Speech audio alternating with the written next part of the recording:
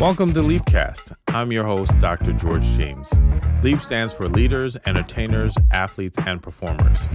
And I'm on a journey to connect with high achievers and highlight their unexamined human moments.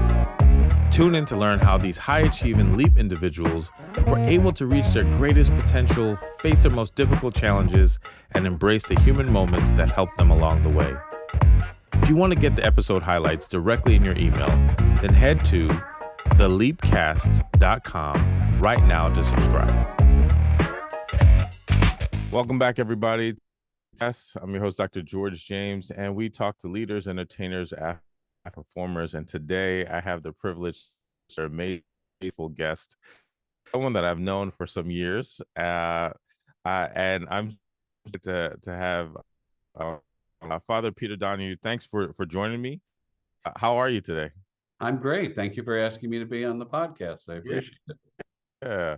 Always nice to talk to you. Oh, well, I appreciate that. For everyone to know by now, but Villanova is a very strong place, holds a strong place in my heart and in our family. And so Father Peter is the president of Villanova. But before we get to Villanova, what I like to do is actually start off with like your story. So if you don't tell us what we call your story. So early days, early beginnings, you did, how you started off, if you don't mind. How early do you want to go back? Well, as early as you want to go back. But probably still ask because or early beginnings. I mean, you don't have to, say baby stuff, but early parts would be great. Well, I was born in the Bronx. My father came to the United States from Ireland. My mother grew up in the Bronx, and they met there and married after World War II. Had 4 children. My father worked for the railroad, and we were transferred out to the Detroit area when I was 5 years old. So I grew up basically outside of Detroit. Okay.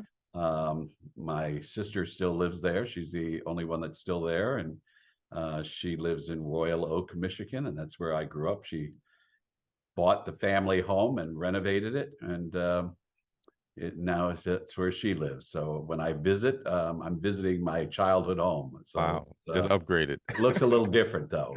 She took my bedroom and turned it into a bathroom. So it's a little different than when I grew up there. But I went through grade school and high school out in Michigan, and then I was looking into what I wanted to do after high school, and I graduated from high school in 1970, so things were a little different back then. Not everybody was choosing college to go to, so less than half of my graduating class actually went to college. Many of them went off and got jobs and worked and did other things.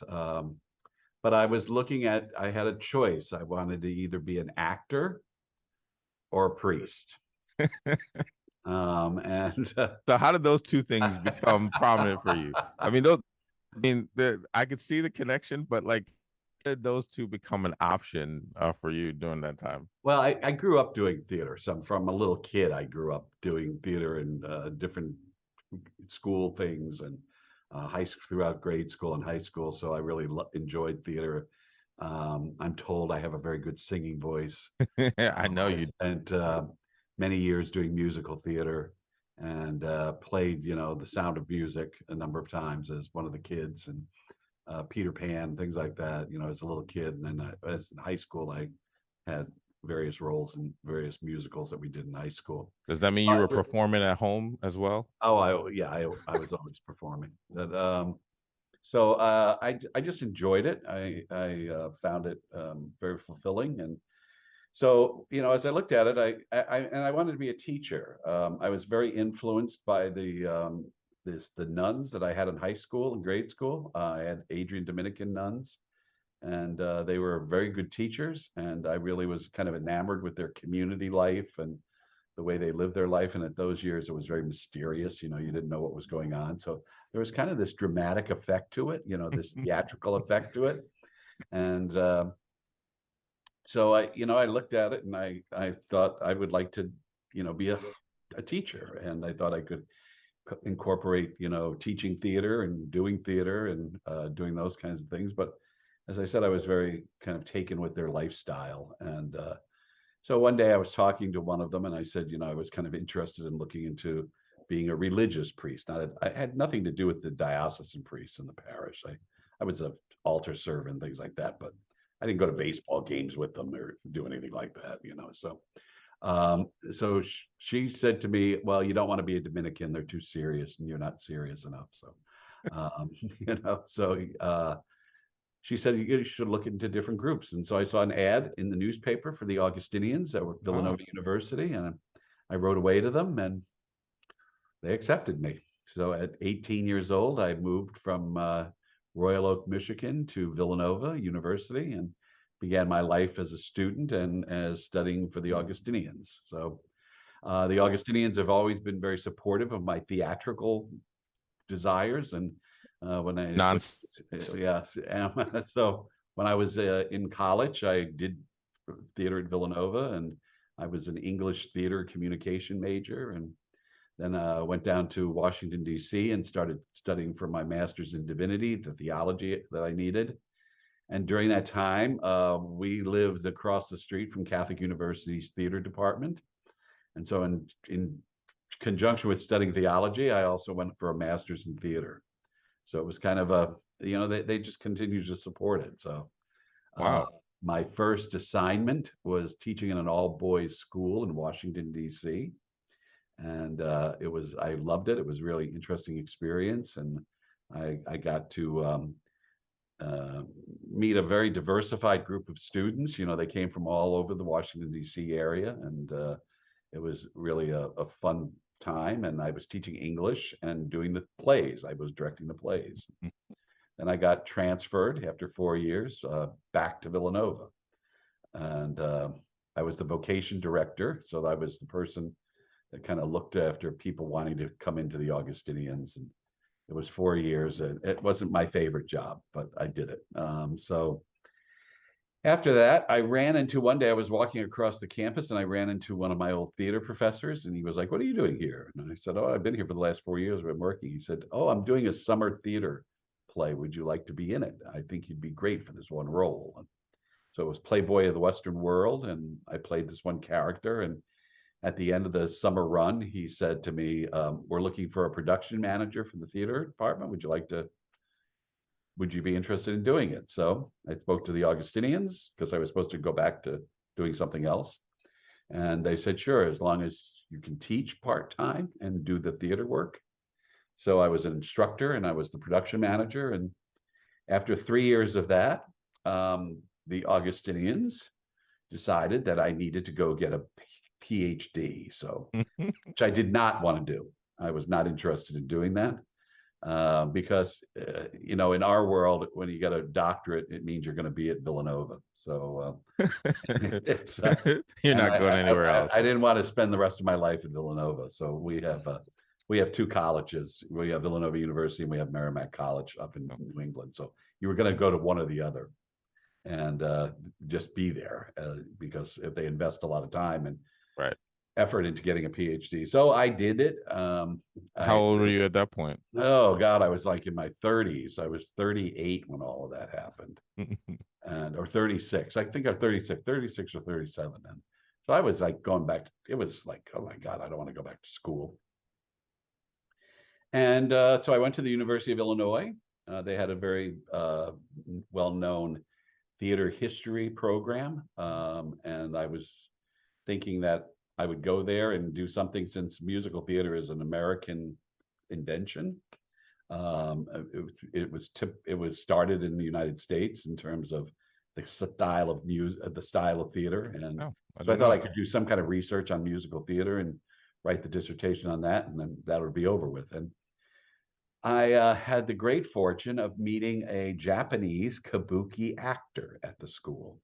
He was an actor director, and he directed Shakespearean plays in kabuki style, which is a classical Japanese form of theater. And I just became fascinated with it. It was it had kind of a musical quality to it. Mm. And it was kind of like the musical version in Japanese classic theater. So I began working with him and changed my direction completely and moved away from musical theater and started studying kabuki. Wow. And so I did my dissertation on the influence of kabuki theater on Western directors. And the most obvious answer that everybody knows when they always say, well, what does that mean? And anybody that's seen the Broadway production of Lion King, it's Mm. very kabuki-esque Oh, in its really? style, you know, the masks and the Okay. form and the way the actors portrayed different things. And so the director of that production was very influenced by Asian theater, and she used a lot of the techniques in that. So Now I then know. I finished that, and I thought, well, now what do I do? And they called me up and they said, we would like you to come and be the chair of theater at Villanova. And I was like, oh, here we go. So I came back to Villanova in 1992, and I spent 14 years as the chair of the theater department, which I absolutely love doing. And then 14 years later, I got a tap on the shoulder, and they said, would you put your name in for the president of the university? And I was like, I don't really want to do that either. So I said, all right. And I had a very good friend who said to me, you know, they're asking you to put your name in. Just put your name in. It doesn't mean you're going to get it. And I said, that's true. And if you do get it, you can kind of do it the way you want to do it. You'd be the president, so you can make a lot of decisions, and you don't have to do it the way somebody else did it. That's right. And so I was like, okay, I'll throw my name into the hat, and my hat into the ring, I guess I should say. And they picked my hat. So 17 years later, I'm the president of Villanova, and so it's a role I've served in for the last 17 years, and ironically, I have enjoyed it very much. So I get to use a lot of my theatrical background because I tell everybody it's the biggest acting job I've ever had, and you know, I'm out in front of people and doing a lot of things, and it's also influenced the way I kind of run the university or how I work with the university. And that musical theater is a very collaborative art, and my leadership style, I think, is very collaborative. So, you know, I'd like to take what the knowledge of other people to kind of put something together. So it's so in a nutshell, George, that's my life. So. Wow. Well, I appreciate the timeline and what you've experienced and what you've gone through. I'm curious. I had someone on as a guest who's a brother, a religious brother, and he mentioned how he was influenced by a nun, and he knew the specific person, the specific nun. And I was wondering for you, as you talked about the mysterious life of some of the nuns and what they did, was there one specific nun that really influenced you? Yeah, there were a couple of them because there were two of them in the high school that were very involved in music, and I took music lessons from one of them, and the other one was the person that directed the musicals. So, you know, I saw them both as people doing something that I loved doing, and doing it in a way that was very dedicated to helping people be better. Yeah. And you know, they were very focused on that. They had a wonderful way with people, and a very caring nature, and they nurtured you in who you were. And you know, it's I say to everybody why I entered religious life and why I stayed in religious life became two different reasons. You know, I entered it at 18 years old. When you're 18 years old, everything's kind of like, wow, ooh, you know, and you don't really know all the fundamentals of it. And so there was a kind of a mystery to it. There was a theatricality to it, as I said. There was kind of a wonder to the whole thing. And you know, then I came into it, and what I realized as I grew in my life as an Augustinian, um, you know, was really what I experienced with these two nuns in high school, and what I experienced through the other Augustinians that I lived with, was that, you know, you come to a moment in your life that, you know, people come to you and they say, this is an important time in my life. whether it's celebrating life or whether it's celebrating marriage or whether it's celebrating death in the family or whatever it might be, some, personal difficulty or some joyful moment in their life. And they say, here's my life. I'm putting it in your hands, and I want you to help me take care of it. And I'm trusting you to walk this journey with me. Yeah. And it was, really a service to somebody else, and somebody else really kind of asking you to be a part of their life, both physically and spiritually. So it was, and that's what I experienced with them. When I look back at it, they were people that really did that, and I think that's what inspired me. So. Yeah, I appreciate you sharing that. And I just think about like people who are who influence us in those pivotal moments in our life. And when I hear about these two nuns and what they meant for you and how they influenced you, I can think back to high school, having a teacher who her name Mrs. Jackson, and she was my teacher for history. I think U.S. History 1, and I think she was also my teacher for African American history. But there's just a way that she was then and still is now that was significant and pivotal for me, that opened me up, to be my full self in all different ways and exploring different parts of uh, how I want to be, and that I didn't really catch on to much later, in terms of embracing my intellectual self and my creative self, right? And being able to just do all of that. And I think that she saw that and tapped into it. So there's, as it was one of the things, shout outs to to the nuns that influence Yeah, you. yeah. Shout out to Mrs. I don't know whatever Jackson. happened to them, but But they made an imprint. but they made an imprint in my life. Yes. Yeah, Yeah. and so I'm also curious, right? So you talked about, I wanted to be a priest or I wanted to be an actor, and I think about, like, being at Villanova, working with young folks who are often at crossroads or trying to figure out which direction they're going to go in or what they were going to pursue. What helped you to figure out the next step? I know you saw the ad and you decided to, apply to the Augustinians at Villanova, but you still had to make a choice. And eventually you did both. But how did you figure out or make those choices during that time? I think there's a process that you go through, and it's a day-to-day process, and there was a pivotal time in my journey as an Augustinian that you come to there's several stages that you go through, and each stage you kind of you're working with people in terms of spiritual direction, in terms of what you want to do, and the choices you want to make, and is this the right choice? And you finally come to a point in your life, and it's like 8 years you've been in the community, and you come to a point where you have to take solemn vows. So you have to take these vows for life. It's like getting married. Yeah.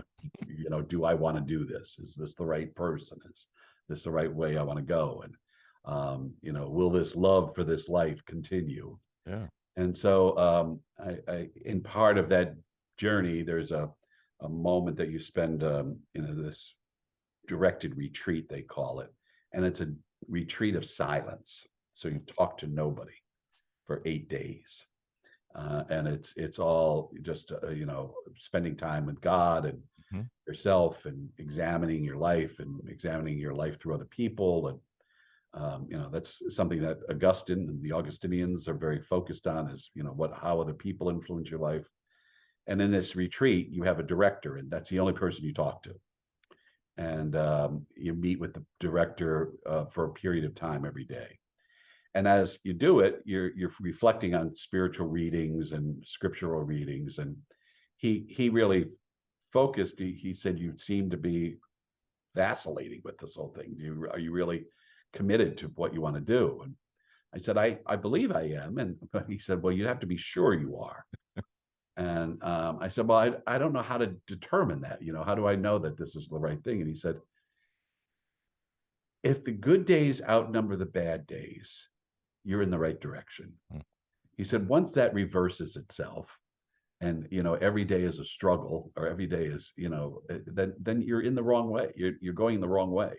And he said, if every day you get up and you say, this is good, and you're always going to have difficult moments. There's going to be moments in your life that you're going to get frustrated with something, but if that doesn't overwhelm your life and you can move beyond that, then you're following the right path. You're following the path that God wants you to follow. And so he sent me away with this one passage from scripture and just said, I want you to spend the next 24 hours just focusing on that.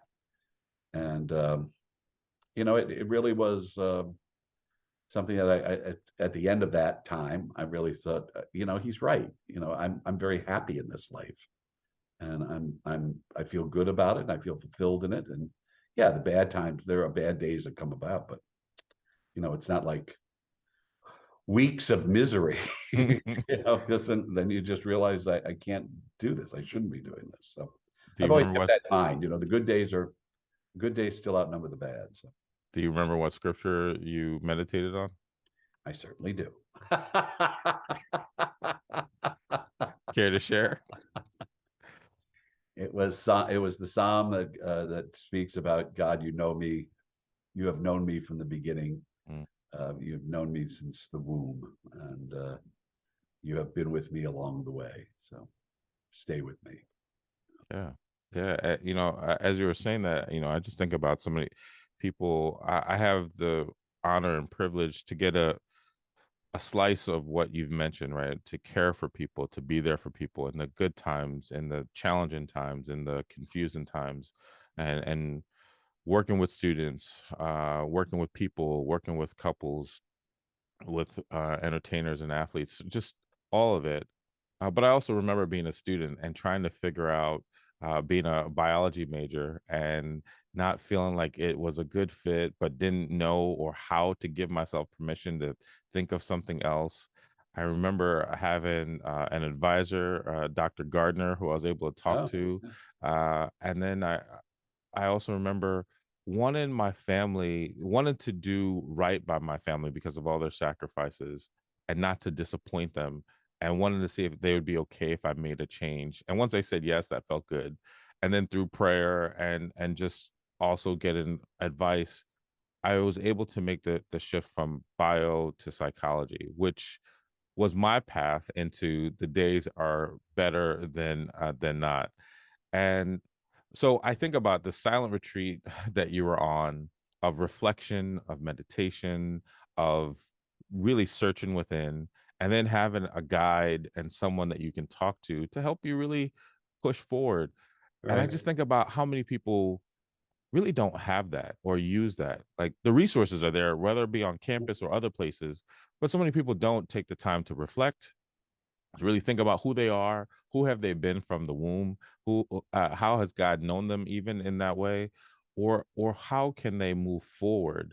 And I guess I'm wondering, what are your thoughts about how so many people sometimes are stuck not knowing what to Yeah. do, Yeah. or stuck in a major, or stuck in family tradition, or just unsure and might not use some of these resources that's around. Hmm. I think that I encourage the students here that I've come to know, or even some of the faculty and staff that I see, and I deal with a lot of personnel issues. So and I say to them all the time, you need to talk to somebody. Yeah. You need to bounce this off of somebody, and you can't just like keep it all internal and keep struggling with it and not let it go, even in terms of your own prayer life or your own spiritual life. There's times that you can say, I'm talking, but are you listening? Yeah. Are you listening to what is being said to you in multiple ways, whether it's through your surroundings or the people that you encounter? Are you taking the time to really listen? And I think when I was on that retreat, I mean, that's exactly what he said to me. He said, you're doing all the talking, but you're not listening. You're not really paying attention to what God is saying to you. Yeah. And God knows you, and you've got to let God know you. Yeah. Yeah. And if you're always doing it, if you're always struggling with it, and it's whether it's a person or whether it's your own surroundings or the people that are around you, use the time to really kind of let go of it and let somebody else help you carry that burden. And I think you find it lighter. But if you're going to hold on to it, and you're gonna, I had a student similar to what you were saying. He was a biology major. He was a family of doctors. His mother, his father, his sister were all doctors. The expectation was that he would be a doctor. Mm.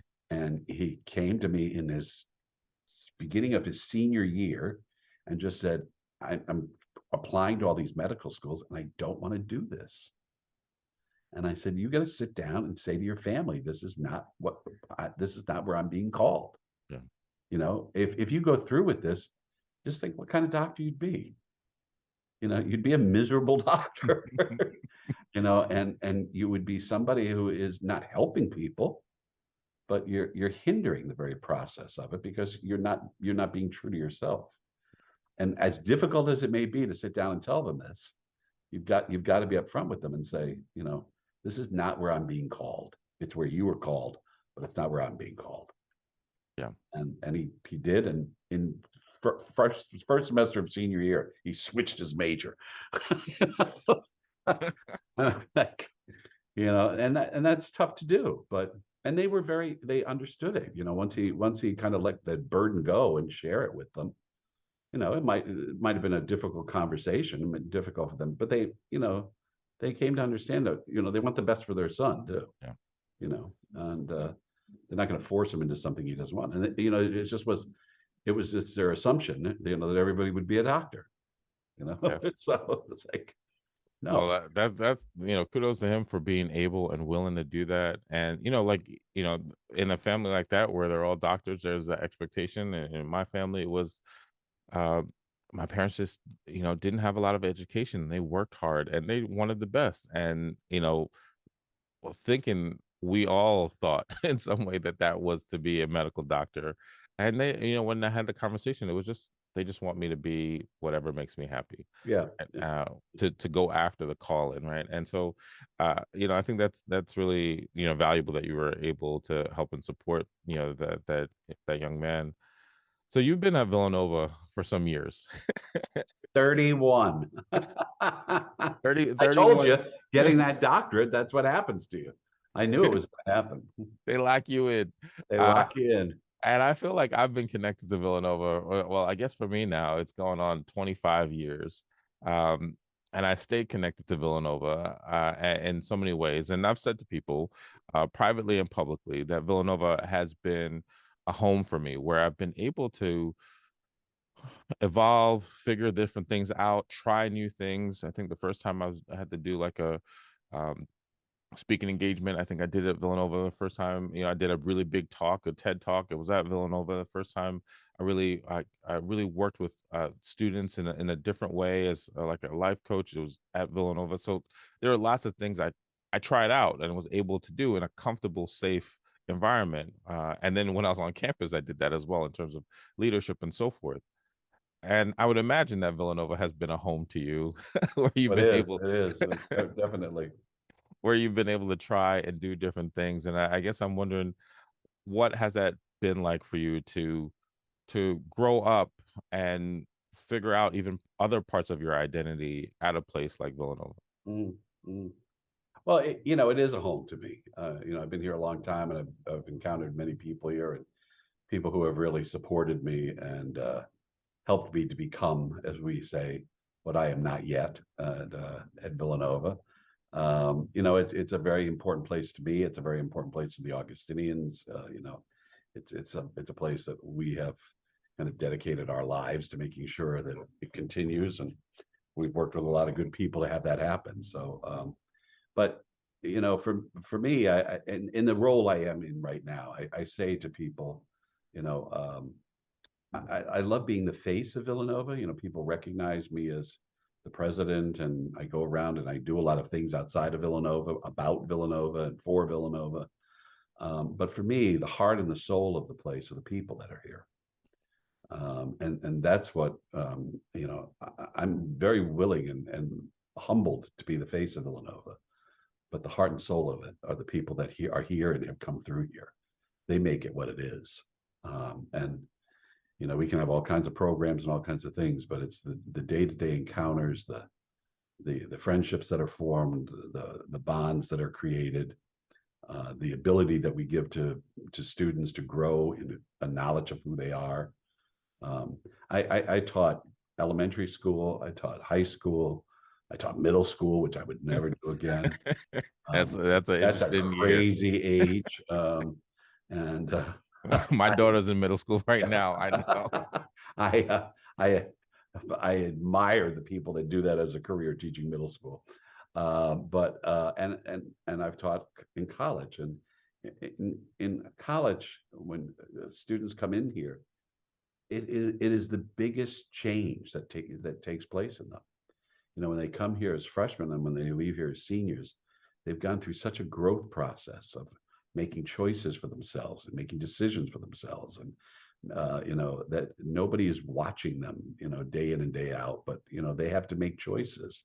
Sometimes they make good choices and sometimes they make bad choices. And many times they learn more from the bad choices. Yeah. Yeah. But I'm never doing this again. Yeah. I'm never going out with these people. You know, it's such a change factor. And to see them come in as freshmen and see them leave as seniors, you've watched them grow in ways that are just amazing, you know. And knowing that, you know, they're moving out of here to really take on a career and a life. And you know, this is the starting point for something bigger in their life. And I say all the time that, you know, Villanova plays in a lifespan. Villanova plays a small part in it, but Villanova was 4 years where you became the person that you are today. Yeah, yeah. I totally, I see that, and I've experienced that, you know, in my own life. You know, my wife was from Villanova, and you know, and I've had, you know, a degree or so from Villanova, You and then gone on to do some others. So you know, I also with Villanova, right? There's sometimes been some challenges for people, and I know that for me, I grew up in North Jersey, where my school was diverse in a way where it was thirds, you know, about a third Caucasian, a third Black, and a third Latino. Now we say Latinx, with a lot of others kind of mix in there. But that was the kind of the three dominant um, ethnicities and cultures that we would experience. And you know, coming to Villanova, it wasn't that.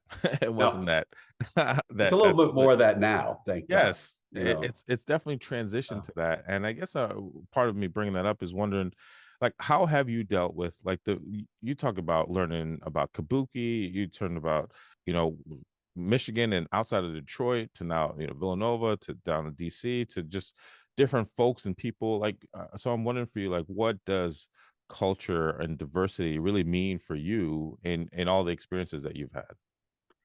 you know, it's something that I've always been exposed to. You know, my parents, my father was an immigrant. My family, my mother, I would say my mother was rather on the liberal side of things. But you know, there was always the importance to them was always that you need to encounter people that are different, and you need to be with people that are different. And you know, it has been a part of my life for a long time, even though um, you know, coming to Villanova, you know, it was, you know, when I became president, I said, I don't want to hear the expression, it's vanilla nova. You know, we need to change that. If we're going to really educate people and really help them to formulate a life value, then they need to be exposed to people that are different than themselves. You can't send somebody out into to a world and say you've only been with people like you. Yeah. You're not going to function in the world if you're only with people like you, and you're going to live in a very narrow place in life. So you know, it's by encountering other people. You know, I always say that people sometimes say, you know, Villanova is getting too interested in DEI, and it's like DEI is the very basis of who we are as an Yeah. institution. It's part of our mission. It's part of what we are as Christians. You know, the first diversity officer was Jesus. You know, he went out to the people that nobody wanted to be with, Hmm. and he brought them in. He said, I'm not here for the saints. I'm here for the sinners. I'm not here to, I want people to recognize the value of each other, and, love yourself, love God, and love your neighbor as you wish to be loved. That's diversity in its core, and you can't say, well, I only love this group of people, or I'm only comfortable with this group of people. Well, you don't know what you can learn from other people. So it's very much the mission of who we are. It's the basis of Christianity, and I say that to people. It's the basis of any religion if you look at it. Yeah. It's accepting one another. How do we live together if we're not willing to accept each other, and we're not willing to learn from each other? I definitely see, like, when I come back to campus, there are groups on campus that weren't there before. I think there was like a African Caribbean club. I'm like, where was that? I would have loved that when I was on campus, right? That's like right up my alley. Like I know that there's, definitely growth that has happened and expansion. And I know for me, part of how I, push myself is I wanted to learn from all spaces, right? I wanted to learn from the folks of color and Caucasian folks, or just be in the mix that was there. And I think having more opportunities to just touch base with people, to learn people and connect with people does that, right? Like, Yeah. I love the opportunity to do or be an orientation counselor, because I also wanted prospective students to see that there's a person of color that when they're coming in that first weekend, right? That was important for me, right? To be able to be a part of that. And so to see the growth and to see, what you're saying, and obviously there's always more growth, but to have the value around that and how significant that is, because I've heard from students who talk about how that is important, and when they connect with folks. More so, I guess what I was thinking is that Villanova just has such a strong history of people of all backgrounds making an imprint, right? Well, as I've learned about so many people over the years from all different ethnicities, all different parts of the country and the globe.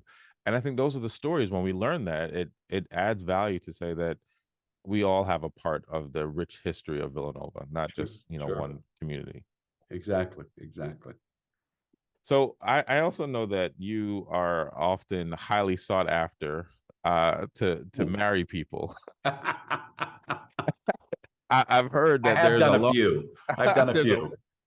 there's a long wait list, and I guess I'm wondering, do you know how many folks you've married Oh my to gosh, date? George. No, I have not kept track of it. Before I was president, I could average one a weekend, at least one a weekend, sometimes two. So, it could be like within a year, I did like 50 some weddings. So, there's been a lot. I have no idea how many I've done. How important is it to you to be able to offer that, or to be able to be I in love that doing space? them. I love being a part of it, because it's really working with a couple, and and at times saying some hard things to them, like, you need to address this before you enter into a relationship with each other. You're not you're not you're not talking at the core of yourself. You've got to be able to share these things, and there can't be secrets between you, and there can't be anything that the other person doesn't know. As soon as you start hiding things from each other, that's when things are going to break down. So, and I really enjoyed it. They're joyful moments. They're excited about it, and it's excited to see them um, celebrate this love they have, and how they use that love to really nourish the world. So I really enjoy it. That's great. So it's a great opportunity. I've heard that couples have rearranged, when they get married so that they could have you perform their wedding. So I know that it's one of the big things that people want. Oh, thank you, thank you.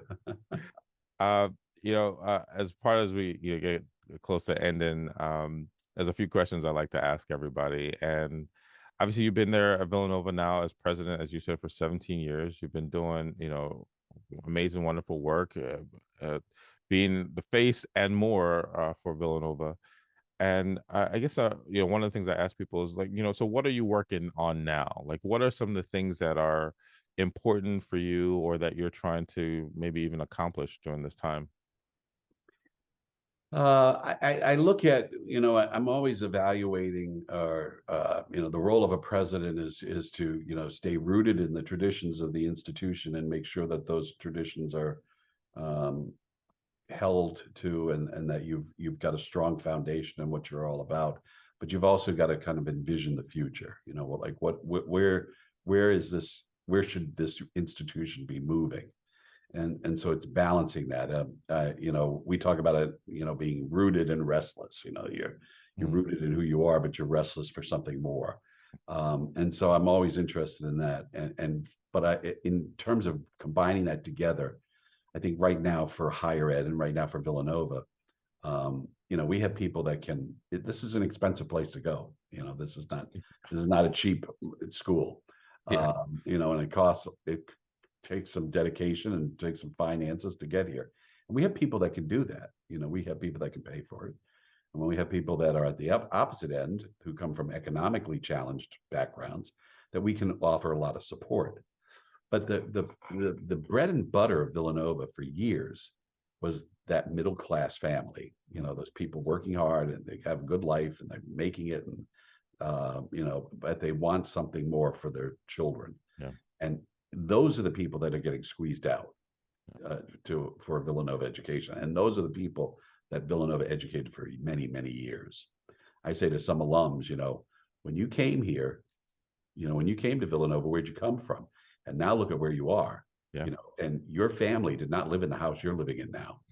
Hands down. So you become something different. And that's my goal right now, is to try to balance that, that we can have, the high end, the low end, and the middle end all Yep. together, that we can bring that together and we can keep that mission alive. So it's finding those financial resources to help those people, really be part of Villanova and not come here and just, have to give it all up, like they're using every penny they have to pay for this place. Yep. That's not a good thing. So, Yeah. and if somebody's coming out of college burdened with all kinds of loans, then it's a life struggle to pay all that off, and that's all you're doing. You're Yeah. working to pay off loans.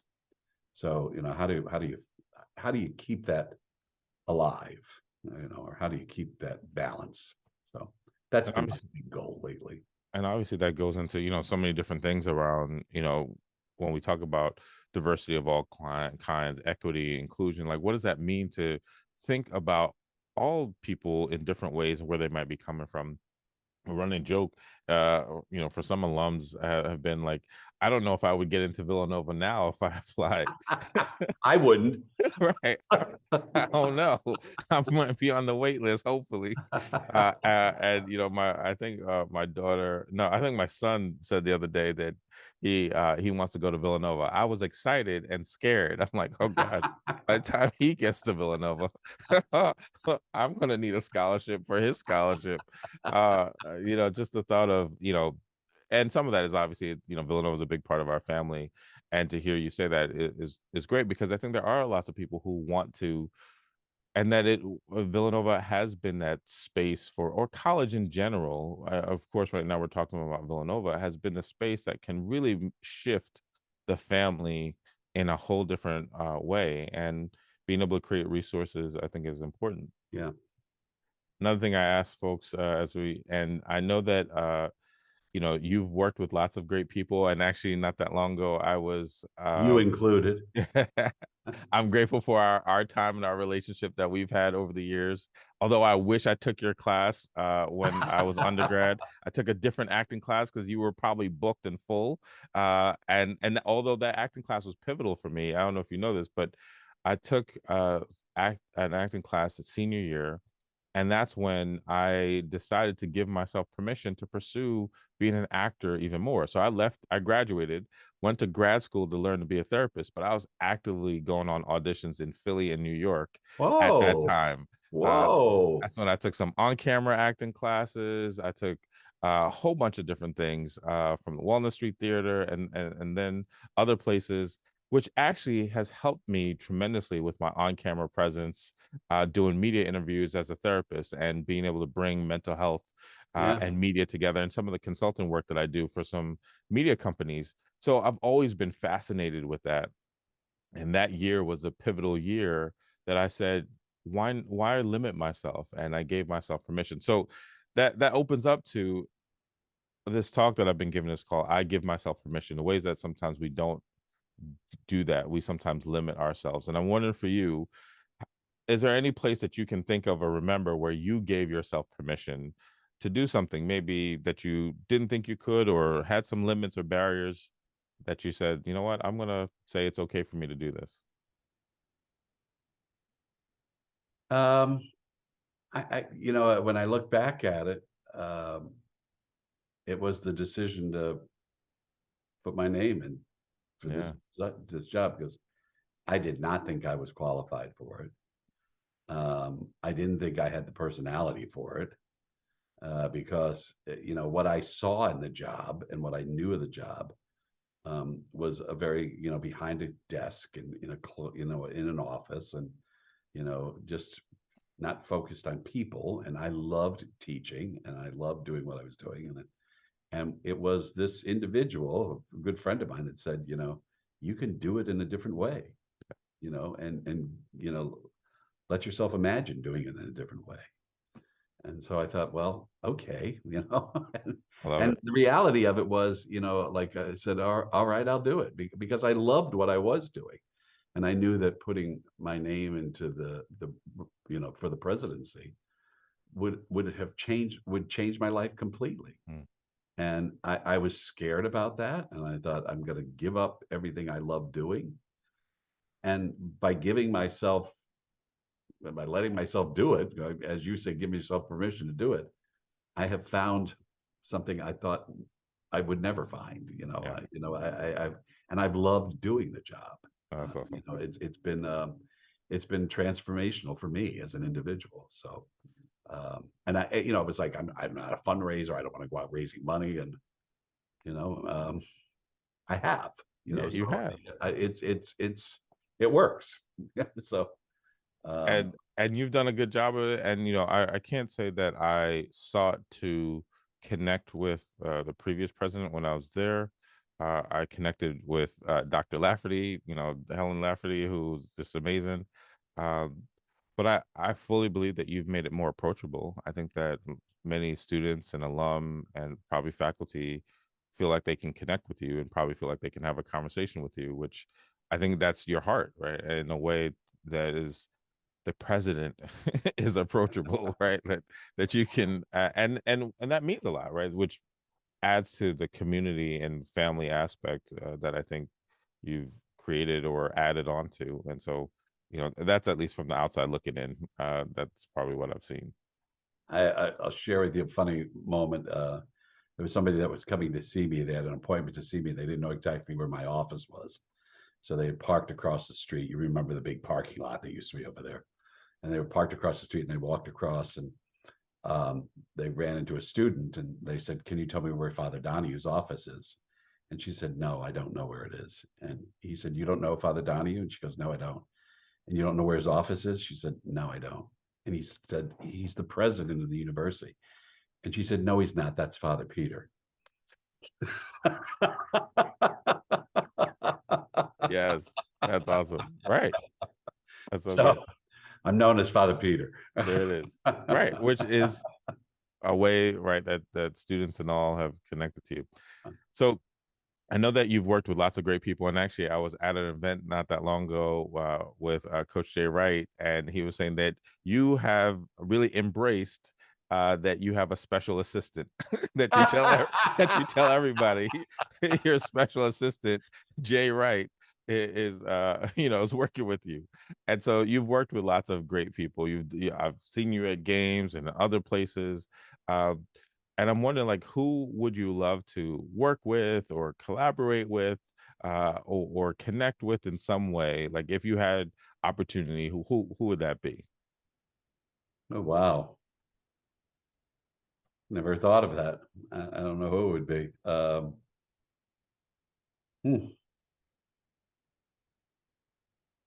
Somebody here or It somebody could be outside? anybody. No, anybody, anywhere. Anybody. Um, oh gosh, I don't know. I come in touch with so many different people, You do. and I enjoy working with them. You stumped me, George. Well, maybe I will have a I'll just follow-up think about that one. question for you. Yeah. So the last two questions I ask is, what does mental wellness mean for you? What does it mean? For me, it means, being in touch with your mind, your body, your soul, being in touch with who you are as a person, being comfortable in your own skin, being comfortable with who you are in relationship to other people, and believing that you have value, believing that you have something to offer to somebody else. Yeah. I think when I experience people that are struggling with things, that they've let that go. They don't see themselves as valuable, and it's. I think that's something that we need to hold on to. We have something to offer somebody. Yeah. Yeah, that's so powerful, right? The thought of knowing that you are valuable and remembering that, especially in just everyday moments, but critical moments. And the last question I ask is, what mental wellness advice would you give to your younger self? And that could be as early as yesterday or any time in the past. Take time to reflect. Take time to step away and be alone with yourself and be comfortable with yourself and be comfortable in the silence. Yeah. And listen to what's happening around you. I have everybody says to me all the time, you can't say yes to everything, and I do. I mean, people say, can you? Yeah, I'll be there. I got to take care of this, but I'll be right over. And it's like you can't. You've got to slow down at times, and you've got to be comfortable with the silence.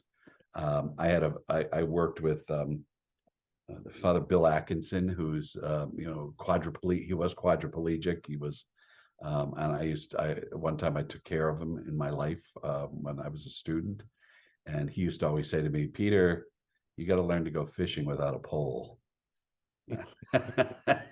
And, it's not about doing all the time. Yeah. Sometimes it's just taking the time to be alone and understand where you're being called to, so get away from the clutter. I think that's great. And I remember definitely moments of having that message and then forgetting it and then remembering it. Right. And it's something to really call to mind and to consciousness often, because it's so important. As the young folks say, Father Peter, I appreciate you being a part of this podcast, and sharing your experience, your journey, your work, your heart, your calling. And I really appreciate, when you talked about how sometimes we do talk and do so much, but we don't listen, and we don't listen to where we're being called. And I think there's so many people who want to feel a calling or feel a purpose, but they're not listening, and they probably need to take that time. And so before we end, I want to know, is there any last thoughts or words you want to share?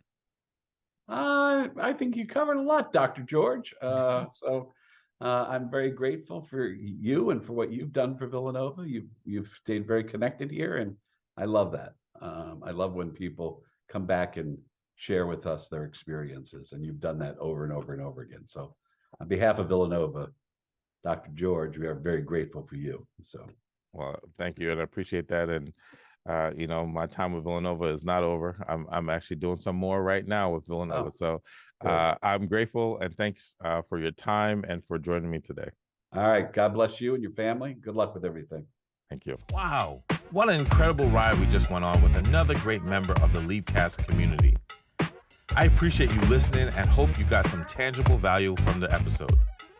Please let us know what you think by leaving a comment, rating, and review. As always, please don't forget to subscribe wherever you listen to podcasts. This is Dr. George James, and I'll see you next time.